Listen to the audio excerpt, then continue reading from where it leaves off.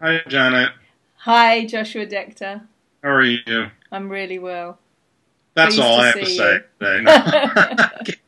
We're That's a being social social. I can get in terms of social practice, is just having a brief conversation after over a year and a half of not Mm. seeing you.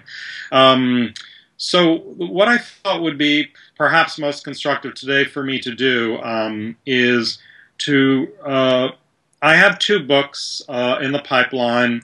One is an edited selection of my writings from the mid 80s to about 2011 entitled Art as a Problem. And in that book, I do address the evolution of questions of socially engaged practices, or for want of a better term, social practice or public practice, really stemming out of my connection to and critical relationship with institutional critique and the evolution of institutional critique in terms of that younger generation of practitioners from the mid 80s onwards, like Mark Dion and Andre Fraser. So my approach to this question in that book is to analyze the social turn, if you will, from looking at the inadequacies, if you will, or the contradictions of institutional critique.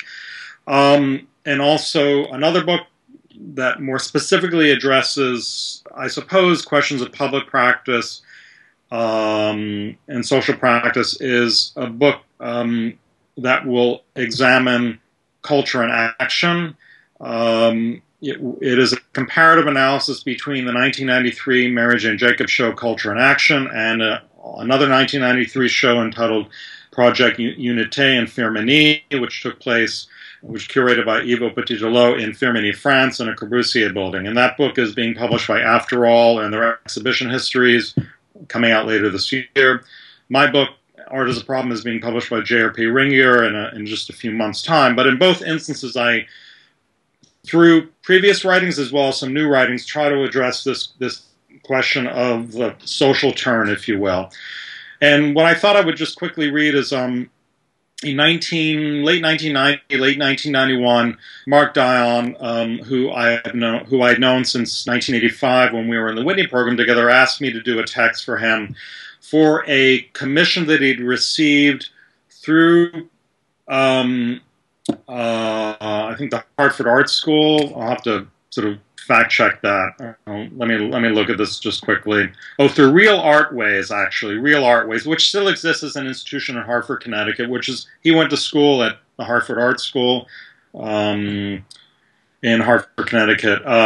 And so he was invited by Real Artways and actually by Ann Pasternak, I think before Ann started working at Creative Time, to do a newspaper-based project, which I believe Real Artways had been inviting a number of artists to do projects for the Hartford Courant in the pages of the newspaper. And in a sense, I guess this was a kind of form of revisionist public art, if you will, but within the context of the newspaper, and of course went back to maybe Fluxus antecedents and other conceptual art antecedents. And in the intro to the essay that I wrote for Mark's project, I go back to Walter Benjamin, and let me just kind of get this quote. Give me one moment. I don't want to take up too much time here.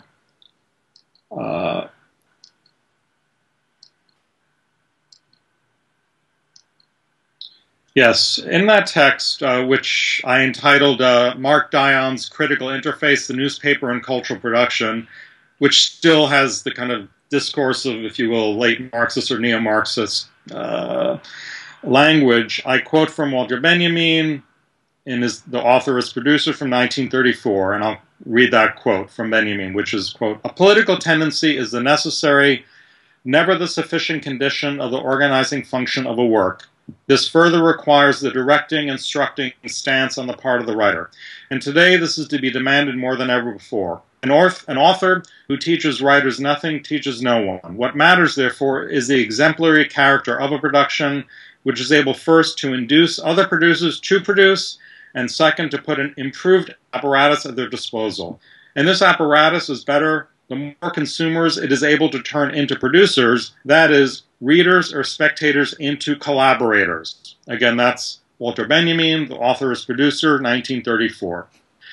And this is, I mean, obviously, Benjamin is a touchstone for many people from many different trajectories, but I think clearly in terms of the question of collaboration, participation, cooperation, and the relationship of those ideas and those conditions and those practices that have been informed by these processes in relation to the social, Benjamin is key. Writing in a different time and place, perhaps, with different ideological strands, but nevertheless has been instructive. And in terms of my essay on Mark, I sort of talk about how Mark had already begun to shift from thinking in a more specific way about the conditions of art history and the construction of art within the let's say, institutional apparatus of art history into a broader notion of institutionality and broader notions of social space and broader